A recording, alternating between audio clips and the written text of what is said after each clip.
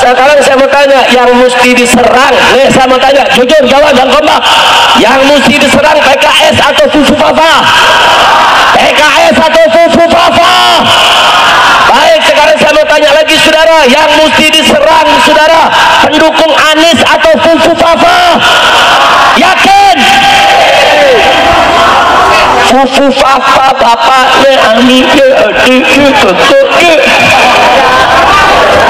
Itu yang kita ganyang habis-habisan, betul. Ini yang diganyang pengikut Anies, iya. Yang diganyang pendukung PKS. Jokowi ini dilengsarkan besok saja. Ini kan saran. Boleh gak ngasih saran? Saran. Udah melotot lagi loh. Saran, sebaiknya Jokowi besok lengser, lusanya Prabowo langsung dilantik. Setuju? Papanya jangan saudara, nggak boleh. Robert, kalau nggak dilantik bagaimana? Lo orang bermasalah, ijazah SLTA-nya aja nggak jelas. Assalamualaikum warahmatullahi wabarakatuh. Alhamdulillahirabbil alamin wassalatu wassalamu ala asyrofil anbiya'i wal mursalin wa ala alihi wa sahbihi ajma'in. Walau subhanaka la ilma lana illa ma 'allamtana innaka antal alimul hakim. Rabbi shrah li sadri wa yassir li amri wahlul 'uqdatam min lisani yafqahu qawli. Para sahabat sekalian, pada kali ini nampaknya kita bergeser sedikit, di mana tentu masih di lingkupan kalangan para habaib Bani Bakal. Tentu ketika kita melihat fenomena-fenomena di mana lagi gentar-gentarnya isu nasab, tetapi yang kita saksikan nampaknya sudah mulai terurai, di mana fokus tentang nasab yang dipertanyakan oleh mayoritas masyarakat awam, nampaknya kita disuguhkan lagi di mana para habaib ini berlenggang menuju ke dunia politik. Nah, sebelum kita membahas tentang video yang akan saya unggah, tentu layak untuk kita simak dan cermati. Kita ngobrol-ngobrol santai. Di mana saya melihat dalam video tersebut orasi yang berapi-api yang disampaikan oleh Habib Rizik, kemudian Buya Qutubi, ada pula Habib Bahar. Nampak-nampaknya mereka menghilang ketika diskusi ilmiah tidak nampak. Kemudian lagi setelah diskusi tersebut ada pembahasan tentang sejarah kelahiran Bani Ba'alawi. Dan nampaknya mereka saat ini berada di dalam kontrak yang berbeda. Saya rasa masyarakat harus tentunya peka dan cerdas. Karena tanpa kita harus bisa mendengarkan jawaban, tetapi apa yang mereka lakukan itu sudah termasuk jawaban yang kita harapkan. Sehingga dari masyarakat kita hendaknya bisa mencermati apa yang dilakukan oleh para habaib. Kita akan diperlakukan seperti apa dan kita akan dibawa kemana. Inilah salah satu skenario yang dimainkan oleh mereka kalangan habaib. Sehingga tidak heran dengan adanya mereka membuat organisasi-organisasi yang berlapis, merekrut daripada orang-orang yang dianggap oleh mereka bagian daripada keluarga, sahabat, karib, dan sebagainya. Tidak lain dan tidak bukan, inilah contoh kecil fenomena yang kita saksikan, di mana hanyalah untuk semata-mata mengais keuntungan duniawi demi untuk memenuhi hasrat kekuasaan, bahkan yang jelas adalah hal-hal yang jauh untuk dikategorikan sebagai orang yang warok atau wirai, atau bahkan orang-orang yang zuhud. Sehingga seharusnya mereka bisa memposisikan dan menempatkan diri. Bagaimana usia telah menegur mereka, mulai dari janggut, uban dan sebagainya, adalah nasihat tentunya. Terlebih mereka menisbatkan diri sebagai cucu baginda Rasulullah SAW. Dan tidak hanya itu, saudara, bahkan cacian makian kepada oknum orang-orang yang mana tidak sependapat, tidak sejalan dengan mereka, seolah-olah memposisikan mereka bahwa akan bertindak seadil-adilnya manusia, sebijak-bijaknya manusia. Hingga dengan lantang tegas dan lugas proklamir mereka akan mereka bisa menghindari bujuk rayu duniawi yang melambai-lambai pada mereka. Saudara, ada penjabatan banyak di negeri kita. Bukan berarti awalnya mereka tidak ingin bersih. Bukan berarti mereka tidak ingin amanah. Bukan berarti mereka pula menempati sebuah jabatan tanpa didasari atau dilandasi dengan sumpah. Dan tapi ketika mereka duduk, mereka terbuai dan lalai akan hal itu. Sehingga saya menggarisbawahi manusiawi. Karena secara mayoritas mereka dilahirkan mungkin bukanlah orang-orang yang memang mempunyai fondasi keagamaan yang kokoh. Atau bahkan mereka bukan orang-orang muslim. Atau memang mereka jauh dari lingkupan-lingkupan yang bersih. Sehingga saya katakan, jikalau ingkar bisa kita kategorikan wajar. Dan ini tetap tidak kita benarkan. Tetapi bagi seorang tentu yang mengaku nasabnya tersambung pada baginda Rasulullah SAW, kita pertanyakan, apakah iya ketika kalian menjadi seorang penguasa umpamanya, bisa membasmi, bisa menghilangkan kemaksiatan, bisa membasmi segala sesuatu yang bertentangan dengan syariat. Sehingga kembang-kembor kampanye hal yang ditunjukkan oleh katanya cucu Nabi sangat tidak layak dan tidak relevan. Karena saya tidak yakini akan ucapan itu sesuai dengan tindakan. Akan tetapi justru ketika mereka Kalau dari salah satu pihak mendukung, bisa kita katakan cuci tangan atau pinjam tangan demi untuk memenuhi kebutuhan hasrat mereka yang mereka inginkan, bisa saja. Dan itu bukanlah hal yang mustahil. Dan sekali lagi ini adalah gambaran kecil bagi kita. Sehingga tetap tidaklah pantas dan layak untuk mencaci maki seakan-akan beliau orang yang suci, beliau orang yang hebat, beliau adalah orang yang bijak. Sehingga andai kata diberikan amanah, saya sangat amat pesimis. Mungkin bahkan akan lebih tarut malu negara ini. Karena tidak heran, pasti akan menjadi prioritas adalah golongan, keluarga, dan sebagainya. Itu sudah pasti. Makanya selaku ulama-ulama terdahulu, ulama-ulama yang berpegang teguh kepada keilmuan yang matang, tentu mereka akan melaksanakan yang namanya wara' dan zuhud. Dan mereka akan berpaling ke dalam dunia-dunia yang dikhawatirkan akan menjerumuskan mereka. Nah saudaraku, dalam hal ini tentunya sebetulnya bukanlah hal yang asing. Saya sering kali mengangkat konten tentang para habaib, di mana tindakan-tindakan makar, di mana demo yang berjilid-jilid, atau bahkan organisasi mereka yang sudah dibekukan itu ternyata bisa kita katakan hanyalah formalitas belaka. Kan tetapi secara gamblang bahwa walaupun senyap, sebenarnya organisasi itu masih berada di genggaman mereka. Ya mungkin mereka akan berharap membuat partai tertentu, bisa jadi mereka akan mengembangkan organisasi dan ada hasrat untuk berkuasa. Oleh karena itu tentu kita selaku masyarakat yang cerdas, apapun yang mereka kampanyekan, apapun yang mereka janjikan, tidaklah menjadi sebuah jaminan mutlak bahwa kebaikan yang akan didapat. Nah saudaraku, jadi amat sangat miris ketika mereka menggaungkan kalimat-kalimat takbir seolah-olah hanya mereka yang memiliki kalimat itu, hanya mereka yang bisa membanggakan kalimat tersebut untuk membakar para budak-budak mereka, untuk memprovokasi para pengikut mereka agar tetap dalam kendali. Luar biasa tentu perjalanan para habaib yang dipertanyakan ketahanan nasabnya. Tentu secara garis besar bisa kita ambil sebuah kesimpulan, tetap kita sebagai orang yang konsisten bahwa tidaklah lain dan tidak bukan bahwa tujuan yang terselubung yang amat sangat besar di balik mereka mati-matian memperjuangkan nasab. Mungkin benar kata netizen yang lain bahwa nasab menentukan nasib. Nah saudara, terakhir dari apa yang saya sampaikan, miris ketika seseorang yang mengaku sebagai cucu Nabi akan tetapi tindak tanduknya tidak sesuai dengan apa yang ditentangkan oleh baginda Nabi SAW. Terlebih beliau mengkritisi seseorang yang amat sangat dengan penuh kebencian.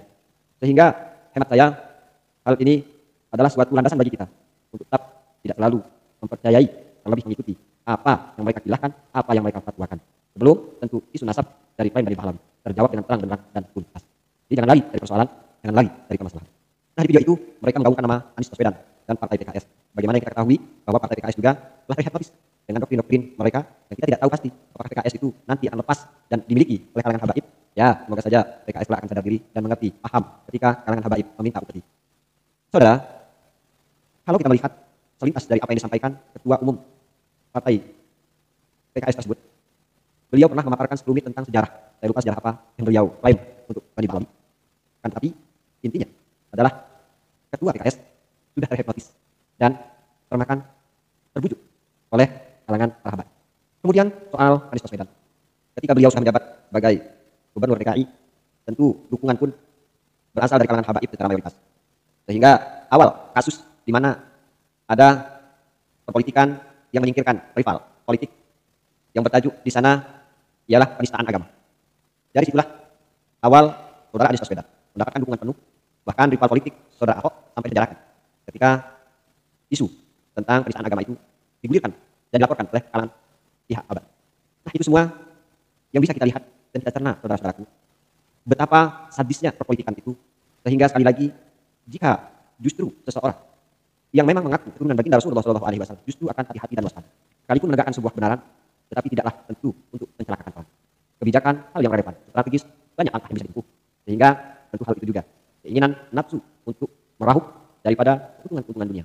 Mereka membuat banyak skenario dan mereka banyak menyusun rencana, baik yang sudah dan yang akan dilaksanakan oleh mereka. Oleh karena itu, terakhir saudaraku, hendaknya kita hati-hati dan waspada. Dan kita cermati, bahwa mengenai saudara Anies, kalaupun memang nasihat menjadi sebuah lantaran untuk bisa menegakkan kebersihan, keadilan, kemakmuran, tentu masyarakat Jakarta akan nampak terlihat secara signifikan bahwa kenyamanan, kesejahteraan yang ada di sana tentu akan dirasa oleh masyarakat sana. Tetapi saya tidak yakin. Dan hebatnya bahwa saudara Anies bisa kita katakan adalah orang yang tidak sama sekali transparansi. Selama beliau menjabat, jarang media untuk bisa mengambil informasi dari apa yang beliau lakukan. Sehingga bagaimana masyarakat akan tahu kinerja beliau, kualitas beliau, sehingga bisa membackup para orang-orang yang akan mengutip berbagai macam berita di media. Nah itulah kecerdikan piawaian skenario yang dimainkan oleh Anies Baswedan, dibekengi oleh para habaib. Sehingga kita masyarakat awam, masyarakat yang tentu cerdas akan mengambil sebuah kesimpulan yang tepat. Kita mesti berpikir bagaimana saudara kita tadi bisa bebas dari sandera saudara. Kira-kira jelas tidak? Paham tidak? Ini sekarang banyak saudara kita yang disandera secara politik, saudara. Mereka nggak bisa berkutik, disandera, saudara. Kita tahu mereka sulit, mereka susah, mereka dilematis, mereka disandera. Tapi jangan kita tambah beban sandera tersebut, jangan mencaci maki mereka sehingga setan-setan musuh kita berbahagia karena kita ribut kita dengan kita. Begitu di sini saya menyampaikan nasihat, saudara.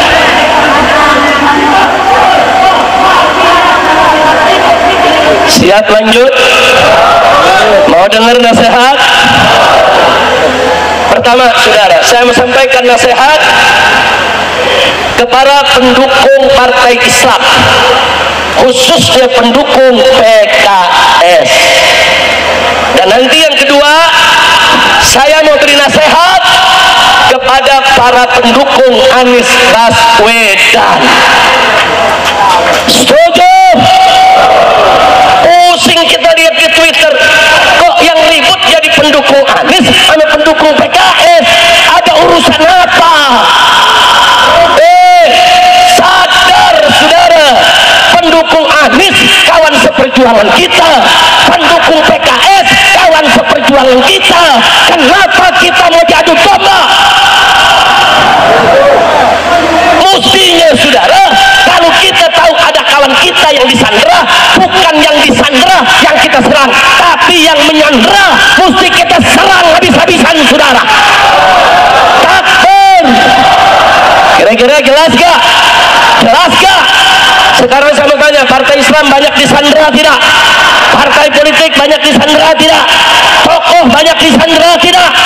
Berarti saudara yang jahat yang disandera atau yang menyandera? Yang jahat yang mana? Yang mesti ganyang yang mana? Ganyang. Kira-kira jelas gak? Ini enggak. Pendukung PKS saudara nyerang Anies. Pendukung Anies nyerang PKS. Lu kayak kekurangan musuh loh. Coba saya mau tanya, kacau tidak? Kacau tidak? Ini yang begini biarkan atau stop? Biarkan atau stop? Saudara, nggak mungkin partai-partai disandera itu ngaku sama kita, kami disandera, nggak mungkin, saudara. Tapi kita mesti cerdas, kita mesti paham, saudara. Kenapa saya bicara begini? Saya pernah disandera 17 kasus, saudara. Itu kan tujuannya untuk menyandera saya, supaya saya dukung rezim. Kalau dulu saya dukung rezim, saudara, saya nggak diuber-uber, saya nggak dipersulit, saya nggak dikriminalisasi, saudara. Tapi saya sudah bertekad harus berjuang di jalan yang benar, tenggelam bersama rakyat, mati hidup bersama rakyat, gak bisa untuk disandera, saudara. Takbir. Habib Rizik melawan lagi disandera. Resikonya ya dihabisi, saudara. Orang kalau disandera oleh Israel melawan, dihabisi, dibunuh. Ya, saat itu saya sudah siap untuk menanggung segala resiko, mau dipenjara, mau dibunuh, mau diapakan. Yang penting, saudara, saya tidak akan pernah mau disandera oleh siapapun, saudara. Takbir. Tapi ingat, enggak semua orang mampu untuk melawan sandera, saudara. Kita mesti memaklumi kalau ada saudara kita nggak sanggup disandera. Kira-kira jelas tidak? Jelas tidak? Kemarin pendukung Anies sama pendukung PKS, saudara, di Twitter sama-sama perang lawan Ufu Fafa. Lu tahu Ufu Fafa? Gua kira nggak tahu. Sekarang saudara, pendukung Anies sama pendukung PKS dia ribut, ya fufafa girang, betul? Betul? Nah, sekarang saya mau tanya, yang mesti diserang, nih saya mau tanya, jujur jawab dan kompak, yang mesti diserang PKS atau fufafa? PKS atau fufafa? Baik, sekarang saya mau tanya lagi saudara, yang mesti diserang saudara, pendukung Anies atau fufafa? Yakin? Fufafa bapaknya Anies, adiknya, kakaknya. Itu yang kita ganyang habis-habisan, betul? Ini yang diganyang pengikut Anies, iya. Yang diganyang pendukung PKS, iya. Saudara, ini adu domba. Saudara, PKS dengan segala kekurangannya itu masih partai Islam, saudara kita. Dia bisa membawa suara kita untuk memperjuangkan nasib rakyat, insya Allah. Maka itu saya mau titip kepada para habaib, para kiai, partai-partai, tokoh nasional yang bergabung ke sana, saya titip, tolong jaga Pak Prabowo jangan sampai diracuni. Setuju tidak? Setuju tidak? Ya bukan, kalau Prabowo diracunin fufafa. Presidennya fufafa, rakyatnya nyonyo. Sallu ala Nabi, sallu ala Nabi. Udah, sekarang ini saya minta nih pendukung Anies sama pendukung PKS nggak usah ribut. Setuju? Setuju? Nah, maka itu PKS juga saya nasihati, tolong PKS juga sesama gerakan Islam jangan pakai lapor-laporan polisi. Betul? Betul? Janganlah tebal kritik. Oh iya, ada ormas Islam mengkritik PKS, jangan terus lapor polisi. Kalau lapor polisi ntar kayak fufafa. Betul? Udah kabutlah itu laporan. Dan media Islam, saudara, jangan terlalu nyerang PKS juga. Lu kayak nggak ada kerjaan nyerang PKS. Nah, kan bisa nyerang yang lain. Betul? Lu kebok merah lagi diem aja, lu kebok merah. Nah, itu saya mau tanya nih umat Islam, mau bersatu gak? Mau bersatu gak? Sekarang diadu pendukung Anies sama pendukung PKS, saudara. Kebok merah jadi pahlawan. Begitu saudara pakai ngomong kita semua terzalimi. Dulu lu lagi nggak punya kekuasaan jadi partai wong cilik, begitu punya kekuasaan lu jadi partai wong licik. Betul? Betul? Begitu sekarang nggak kebagian kue, pura-pura terzalimi. Saudara nunggangi demo mahasiswa, kacau tidak? Begitu turun demo pakai nyariin Habib Rizik, mana Habib Rizik? Lu kangen sama gue? Kacau tidak? Dulu gue demo, lu yang celak-celak, betul? Dulu kita demo 411 212, saudara, dibilang kita mau makar, betul? Dulu dia yang dukung itu rezim, dulu dia memanfaatkan ini rezim, saudara. Dia yang dapat kursi menteri, dia yang dapat duit. Sekarang begitu nggak ada duit, kok jadi pahlawan? Pala lu tuh minyak. Udah gue gergetan aja dah. Nah, makanya sekarang begini. Oh, saudara, PKS kita ada di sana. Saudara, jangan kaget. Saya mau kasih nasihat buat Pak Anies dan pendukungnya. Kalau kalian bisa memaklumi, Nasdem lompat ke koalisi, PKB lompat ke koalisi, kenapa kalian nggak bisa memaklumi kalau PKS lompat ke koalisi? Kondisinya sama, tersandera. Sama, saudara. Kenapa untuk PKB kita maklum, untuk Nasdem kita maklum? Nah, itu kan tersandera. Giliran PKS kita nggak maklum. Kenapa? Kita mau diadu domba, saudara. Nggak boleh kita diadu domba. Kira-kira jelas gak? Jelas gak? Nah, makanya kita amanatin. Saya punya kawan di Nasdem banyak, di Gerindra banyak, di PKB banyak, di di PKS banyak, alhamdulillah. Nah, saya ketemui mereka, saya titip, tolong ya, sekarang kalian kan ada di sana, kalian kan besok ini akan menjadi orang-orang sekitar presiden baru, tolong presiden barunya dijaga, jaga, berikan masukan yang bagus, jangan sampai rezim brengsek yang saat ini diberikan lagi ruang kekuasaan di pemerintahan yang akan datang. Sudah setuju tidak? Setuju tidak? Oh, bahkan saran saya lebih ekstrim lagi, saya sampaikan apa, kalau perlu saya sampaikan kepada mereka, saya dan umat Islam di bawah akan terus berusaha bagaimana orang-orang brengsek saat ini yang korupsi, yang terlibat di KM 50, yang terlibat di Kanjuruhan, yang terlibat saudara dalam peristiwa Bawaslu, yang membantai rakyat, membunuh rakyat, merampok duit rakyat, kita akan seret mereka semua untuk dijebloskan ke dalam penjara. Takbir. Setuju tidak? Setuju tidak? Makanya lu jangan berkelahi, teman. Paham gak? Ayo, bisa damai gak? Bisa damai gak?